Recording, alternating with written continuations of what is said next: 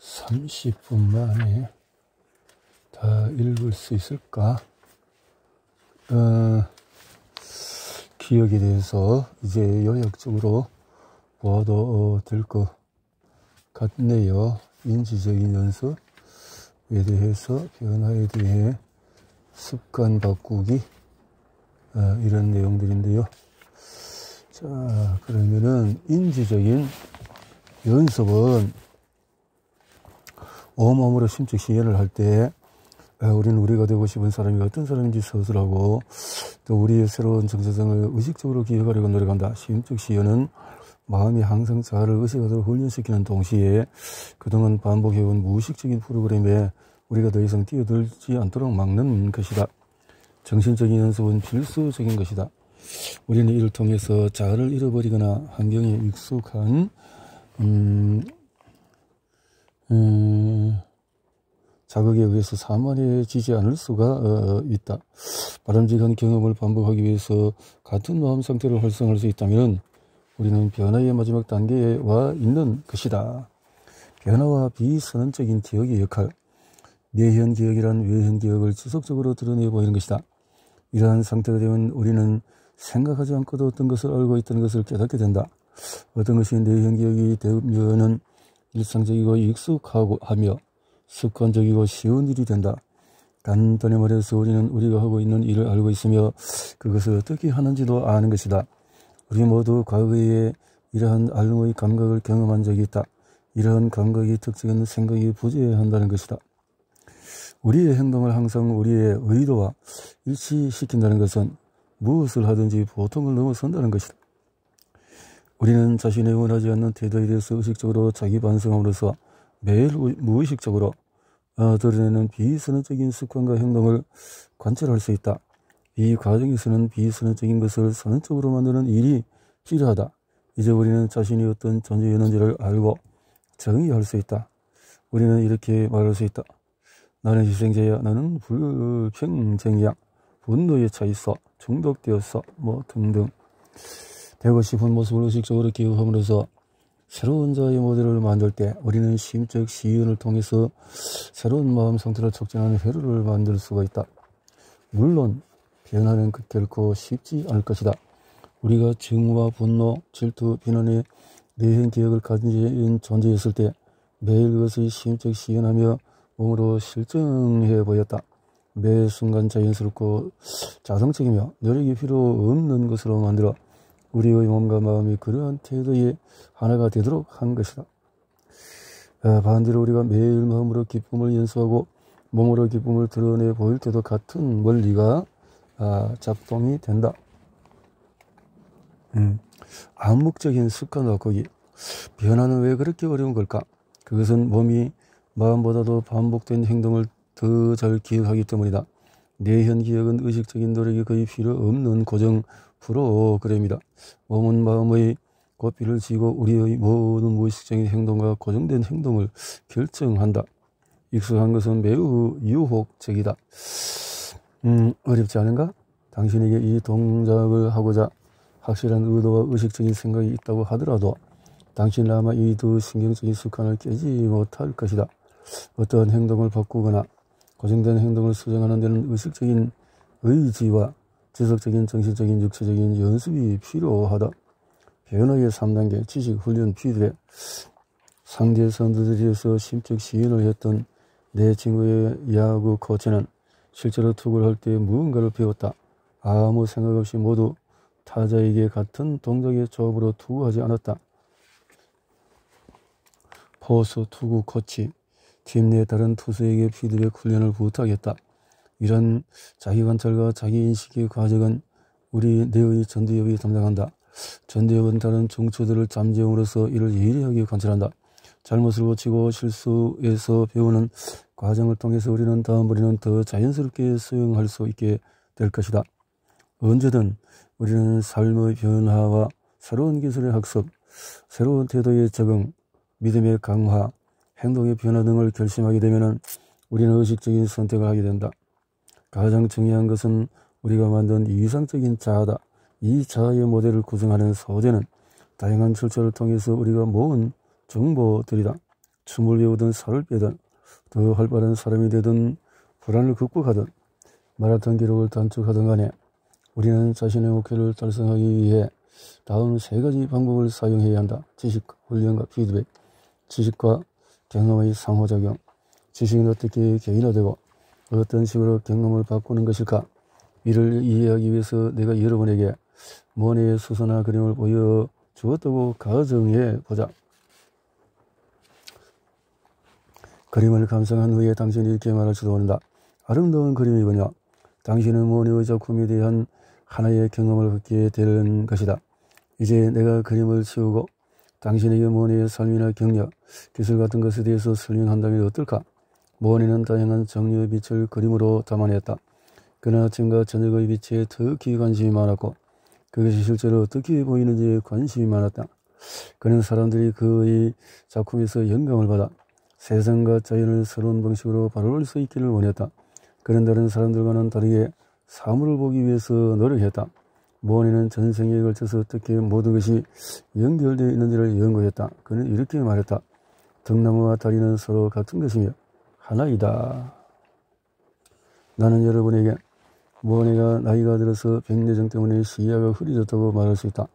모네는 그에게 보이는 대로만 그랬기 때문에 그의 작품의 전형적인 특징은 은은한 점묘법은 실제로 그가 감각 정보를 처리하는 방법과 같았던 것이다. 이렇게 모네의 그림을 의미 기억과 일화기억으로 기억하며 그것을 장기 기억으로 저장할 가능성이 높아진다. 이렇게 함으로 단순한 예를 통해서 현실에 대한 인식이 얼마나 중요한지를 알 수가 있다. 자신에 대해서 지식을 모으기. 지금 우리가 중점을 둬야 할 점은 목적과 의지를 가지고 새로운 지식을 습득하는 것이다. 구체적으로 보자. 우리가 갖는 가장 흔한 변화의 열망 중에 하나는 바로 체중 감량을 위해서 자신을 절제하는 것이다. 훈련받기. 여러 가지 개념을 배우고 나면 다음 단계는 전문가로부터 훈련받는 것이다. 훈련. 혼자서 기타 연주법을 익히고 있다고 가정해보자. 레슨을 한 번도 받지 않은 사람치고는 당신의 운지법이나 기본 코드의 활용은 훌륭하다. 그러나 처음에는 빨렸던 학습 속도가 날이갈수록 늦어진다. 당신은 자질을 경험하고 약간 지루함을 느끼기도 한다. 그래서 당신은 혼자 할 때보다도 더 빨리 실력을 늘릴 수 있도록 도와줄 선생님을 찾는다. 이처럼 훈련의 핵심 요소 중 하나는 기술을 어느 정도 숙달한 사람에게서 우리가 원하는 목표에 도달한 법에 대한 안내를 받는 것이다. 훈련은 실습의 단계인 것이다. 내의 진화와 피드백의 역할. 지식을 습득하고 훈련을 받을 때 우리는 피드백을 통해서 자신이 어떻게 하고 있는지 알 수 있다. 기타 연주법을 혼자서 익히게 되면 뭔가 잘못하고 있다는 사실은 알 수 있지만 자신의 약점을 정확히 집어내고 그것을 극복하는 방법을 찾기 위해서는 전문가의 눈과 귀가 필요하다. 피드백이 필요하다. 우리에게는 자기 감시 능력이 있다. 이상적으로 말하면. 하지만 항상 그 능력을 쓸 수 있는 것은 아니다. 한 가지 확실한 것은 피드백에 대한 반응은 사람마다 다르다는 것이다. 피드백을 받으면 그들은 이렇게 말한다. 칭찬해 주셔서 감사합니다. 잘못된 점을 지적해 주시니 더 많이 배울 수 있겠습니다. 반대로 비판을 받으면 얼굴이 금방 나타나는 사람이다. 이런 사람들은 부정적인 평가를 할 때 매우 조심스럽게 해야 한다. 주변의 어떤 피드백이든 개인적으로 받아들여서는 안 된다. 이것은 단순히 우리가 어떤 일을 제대로 하고 있는지 아닌지를 구분하는 데 도움을 주는 것뿐이다. 반면에 다이어트에 대한 피드백은 즉각적이지 않다. 대부분 체중 감량 프로그램에는 체중을 재고 몸무게와 구위의 변화를 모니터하는 것이 포함된다. 변화를 간절히 원하는 사람에게는 피드백은 그 사람의 노력을 의미하는 것일 수도 있다. 피드백으로 마비도 극복할 수 있다. 뉴욕 벨뷰 병원 신경과에서 진행된 실험에서 연구자들은 뇌졸중 환자들의 마비된 팔다리를 다시 움직이게 하는 피드백 프로그램과 검사를 개발했다. 뇌졸중 환자들은 우선 그들의 회복 가능성에 관한 중요한 지식을 습득했다. 그리고 나서 특별한 훈련을 받았다. 그런 다음에 지식을 경험으로 바꾸는 연습을 할 시간이 주어졌다. 환자들은 그들에게 뇌파를 실시간으로 보여주는 머리 뒤에 즉각적인 피드백에 집중하기 시작했다. 실험이 진척되면서 환자들은 그들의 건강한 뇌 패턴에 주의를 집중했고 그 패턴을 마비된 발다리에 적용하는 법을 배웠다. 결과는 놀라웠다. 마비된 발다리를 다시 움직일 수 있게 된 것이다. 피드백을 통해서 환자들은 같은 순서와 배를 가진 신경망을 활성화하는 마음 상태를 반복적으로 만드는 법을 배웠다. 그리고 이것을 반복함으로써 이 새로운 마음 상태는 익숙하고 일상적인 활동이 되었다.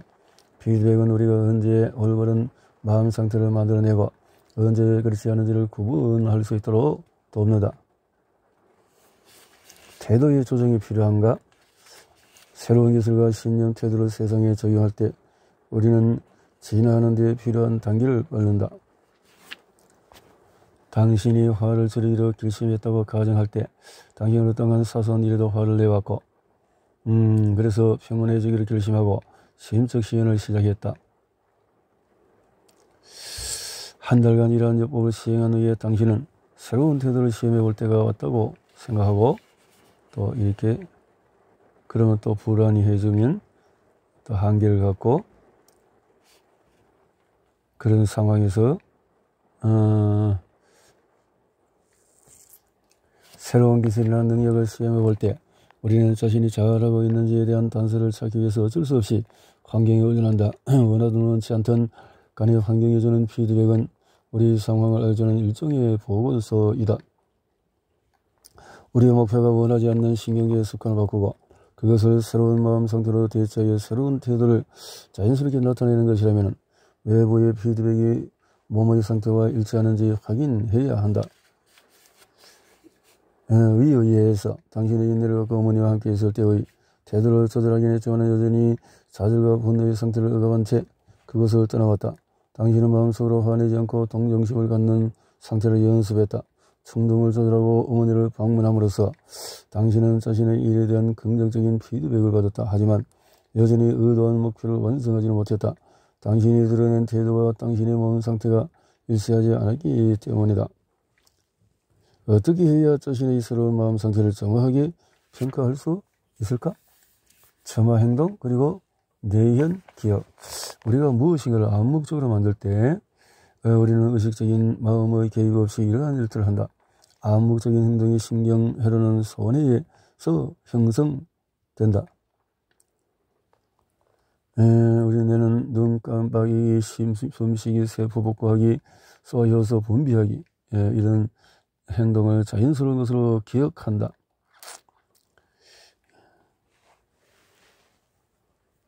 당신은 혹시 꽃에 대해서 생각하고 장미의 이미지를 떠올 때 뇌에 저장된 다른 꽃들에 대한 기억이 동시에 떠올랐던 적이 있는가?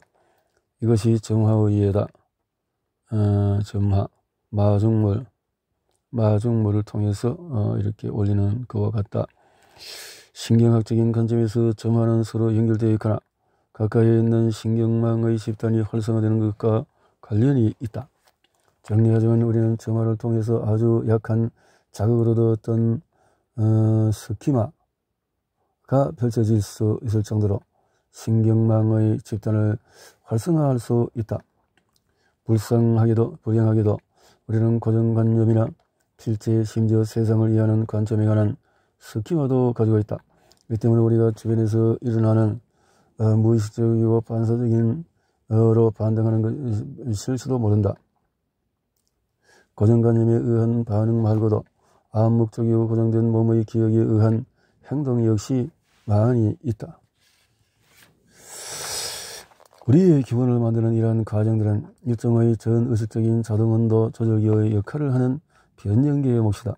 이러한 과정들은 전의식적인 체계에서 일어나는 데다 우리가 그동안 그렇게 하도록 훈련시켜왔기 때문에 몸은 뇌의 명령을 따르게 된다. 변연계는 이런 질문 따위는 하지 않는다. 이렇게 하는 게 정말 맞는가요? 사장님? 변연계는 그저 지시를 받고 마음대로 명령을 따를 뿐이다. 우리는 얼마나 많은 시간 동안의 환경의 자극에 반응하여 생각 없이 살아왔는가? 이것이 바로 점화다.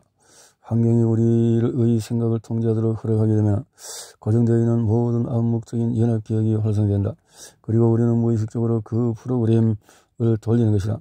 이것은 깨어있는 대부분의 시간 동안에 우리가 무의식적인 상태라는 것을 의미한다. 우리 이 여러 연구에서 학교에서는 총기난 서사건과 폭력적인 비디오 게임이 지속적으로 들리는 그런 사이의 상관관계가 또 점화의 예로 들고 있다. 이렇게 점화 그런 것이 상실감, 자아상실을 고조시키는 정신적인 프로그램을 따르게 된다. 놀라운 것은 우리 스스로의 현재의 상태를 만드는 무의식적인 조건 반사의 과정을 흘러간다는 것이다. 우리가 과거의 무의식적인 기억을 바탕으로 살아가는 것은 우리에게 익숙해진 것을 점화하는 것과 같다. 점화 반대로 활용하기.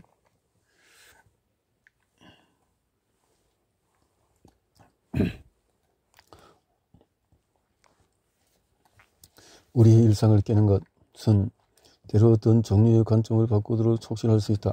휴가를 가는 대부분의 사람들은 환경을 벗어남으로써 의식을 확장할 수 있다고 말한다. 그러나 심적 시연 역시 환경에 의한 점화의 노예가 되는 것에서 탈출하는 또 다른 방법이 될 수 있다. 심적 시연은 관점을 바꾸는 것이기 때문에 우리의 뇌와 행동을 진화시키는 데 꼭 필요한 과정이다. 우리가 이것을 충분히 연습할 때 우리는 깊은 의식의 수준에서 일어나는 더 깊은 변화를 만들어낼 수 있다. 점화를 통해서 최근에 구매한 차와 같은 기종의 차가 눈에 더 많이 띄는 것처럼 우리가 심적 시연을 통해서 좀 더 감사할 줄 아는 사람이 되는 것에 집중한다면 주변에 감사해야 할 일들이 많다는 것을 깨닫게 될 것이다. 감사할 것이 많다. 우리는 무의식적인 암묵 체계를 우리에게 득이 되는 방향으로 활용할 수 있다. 이때 심적 시연은 자가 점화 반응으로 작용한다.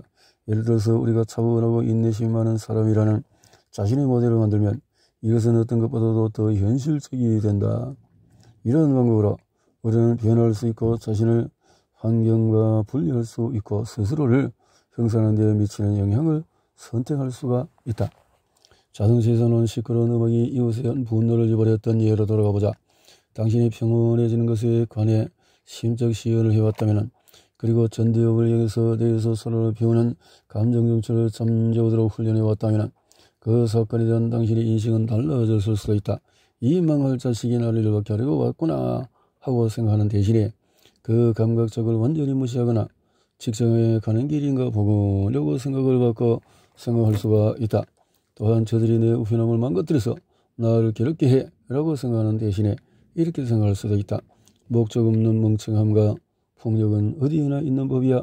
더 나쁜 일이 없었던 것에 감사해야 해. 우리는 살면서 그동안 이러한 부정적인 성질을 심적 시연해왔고 전생에 걸쳐서 그것을 밖으로 드러내왔다. 손해보는 사실 뇌의 신경은 우리의 생각이 긍정적인 것인지 부정적인 것인지 구분하지 못한다. 부정적인 생각이든 긍정적인 생각이든 우리가 이를 형성하는 데는 똑같은 노력이 든다. 컴퓨터 통신 언어가 바뀌듯이 뇌도 이와 같이 빠르게 변화할 수 있다는 것을 보여주는 과학적인 증거가 있다. 아이를 향한 것은 혼란에서 벗어나는 방법이 우리가 그 혼란에 빠져들 때 사용했던 방법과 같다는 것이다. 우리는 삶을 해피엔딩으로 만들기 위해 운명에 기댈 필요가 전혀 없다. 우리에게 필요한 것은 사물을 좀 더 다른 방식으로 인식하는 것이 전부이다. 우리가 아는 모든 것은 우리가 인식하는 것에 기초를 둔다. 고양이 실험에서 무엇을 인식하는지 보여주는 거. 연습 있고 두 번째, 수직 줄무늬가 있는 방, 사육된 고양이들은 감각기관이 발달되는 시기에 한 가지 종류의 선에만 노출되는 환경에서 자랐기 때문에 그들의 시각 수용체가 제한되어 있다. 수평 고양이는 수직적인 사물을 인식할 수가 없었다. 그들의 환경에 의자가 도입되었을 때 고양이들은 의자가 존재하지 않는다는 듯이 의자 다리 사이를 지나다녔다. 수직 고양이들은 수평적인 사물을 인식할 수 없었다. 그래서 그들의 환경에 넓적한 테이블이 들어왔을 때 그것에 가까이 가기를 피하거나 가장자리를 맴돌아기만 했다. 다양한 사물이 고양이의 환경에 놓였지만 그들은 그것을 볼 수가 없었다. 우리는 이 실험을 통해 우리가 지각하는 것은 뇌가 빚어놓은 것일 뿐이라는 것을 알 수가 있다. 치유의 가능성. 모든 사람이 자신의 뇌 때문에 삶으로 지가는 평균에 굴복하는 것은 아니다. 그런 사람. 예를 들어서 삶과 치유의 힘이 되는 몸의 자연 회복력을 믿고 이와 함께 자신의 생각이 곧 현실이고 또 직접적인 영향을 줄 수 있다는 신념을 확고히 또한 그렇게 바꿀 힘이 있다고 믿으면 심적 시험과 유사하게 할 수가 있다. 비숙련에서 숙련으로 우리가 새로운 것을 우리는 무의식적인 비숙련 상태에서 시작해야 한다. 우리가 원하는 것을 의식하고 배울 때 우리는 의식적인 비숙련 상태가 된다. 우리가 스스로 실증하는 과정을 시작할 때 여기에 우리가 배운 것을 계속 적용하면 우리는 결국 의식적으로 숙련된 상태가 된다. 숙련, 무의식적인 비숙련이 의식적인 비숙련, 의식적인 숙련, 무의식적인 숙련으로 이어진다. 새로운 기술을 학술에 대해서 설명할 때 스노보드 타기에 대해서 잠깐 언급한 적이 있다. 무의식적인 비숙련 상태에서 연습하거나 잘하는 스노보드 타는 법에 대해서 지시사항 하나를 기억할 필요 없이 언덕을 내려올 수 있었다. 무의식적인 숙련 상태가 되었기 때문에 생각대로 하면 되고 만성적으로 우울한 사람들이 대부분 그렇듯이 레리도 훌륭한 연기자였다. 디자인회사의 동료들은 레리가 비밀을 숨기고 있다는 것은 상상도 하지 못했고 그는 종종 그를 듯한 핑계로 회사에 늦게까지 남아 있었지만 사실은 비집에 가는 것이 두려워서였다. 주말동 레리는 일부러 인간관계를 피했다. 일상적인 사회관계는 자신이 의미 있고 감정적으로 친밀한 관계를 갖지 못한다는 사실을 상기시켜주기 때문이다. 일요일 아침에 그는 장을 보기 위해서 새벽 6시가 되기도 전에 일어났다. 그는 고통스러웠던 이혼 후에 이 습관이 익숙해졌다. 진단을 받고 몇 개월 후 레리는 그의 생애 어느 때보다도 기분이 좋았다. 문득 자신이 그렇게 침울하던 행동 원인을 깨달았기 때문이다. 레리는 그의 성격 변화를 위해서 몇 가지 원칙을 적용했다. 그는 우울증의 원인과 치료법에 대한 글을 읽고 몇몇 자기 계획발서에 손을 대기도 했고 하지만 그는 세로토닌이 분비된다는 것을 상상하는 대신에 그가 대신 되고 싶은 사람에 대해서 시작했고 그는 행복했다고 여겼던 과거의 사건과 상황 목록과 그가 삶에서 원하는 것과 원하는 성격에 관한 목록을 만들었다. 마치 프랭겐슈타인처럼 다양한 재료로 만든 그의 창조물을 만든 그것에 불어넣을 영감을 찾았다. 사회적으로 활발히 활동하는 사람들을 지켜보는 데 많은 시간을 보냈다. 어떤 사람에게 유머 감각을 훔쳤고 또 어떤 일을 적절한 말을 할 줄 아는 사회의 능숙함을 또 다른 사람에게는 건방지지 않은 자신감을 훔쳤다. 그가 이들에게서 받은 것과 자신이 상상한 것을 조합하면서 이 서로 다른 특징들이 조합이 어떻게 새로운 결을 구성할 수 있는지에서 고민했다. 레는 자신이 바꿔야 하는 행동을 연습하기 위해 마음속으로 실제 상황과 가상의 상황을 만들었고 이미 강력한 일련의 기술을 가지고 있었다. 그가 가진 전문성은 변화에 좋은 기반이었다. 레리는 자신이 습득한 의미 지식을 모두 조합한 후에 그가 배우고 마음속으로 연습한 것을 나타낼 때를 맞았다. 또 그는 가라데에 수업을 받는 데 이어 지역 공연장에서 수업을 받는 것에 도전했다. 시간이 지나자 레리는 자신에게 레리라면 어떻게 할까라고 묻는 것을 만들 수 있었다. 그가 이러한 사회적인 기술을 자신의 삶에 적용하자 사람들은 그에게 반응했다. 새로운 회로가 더 견고해지고 그가 세상으로 나와 새로운 경험에 자신을 노출시키는 것을 더 연습하자 그는 결국 직장에서의 레일이나 집에서의 레일이 똑같은 레일이라는 것을 이해하게 되었다. 결국 레일은 레베카와 데이트를 시작할 정도가 되었고 레베카는 가라테 학원의 동료로 어떤 남자라도 끌릴 만한 매우 활발한 여성이었다. 그녀의 존재는 레일에게 완전히 새로운 감정적인 경험이 되었고 그는 그것을 사랑하고 즐기게 되었다. 물론 어디나 장애는 이렇게 말입니다. 가끔 레리는 그가 예전의 일상으로 다시 빠져들어간다고 느꼈다. 하지만 결국에는 자신을 다른 사람과 비교하지 않는 법을 배웠다. 그는 아직 가야 할 길이 멀다는 것을 알고 있었고, 하지만 레리는 자신이 느끼는 편안함을 통해 자신이 제대로 된 길을 가고 있다는 것 하나는 확실히 알 수 있었다.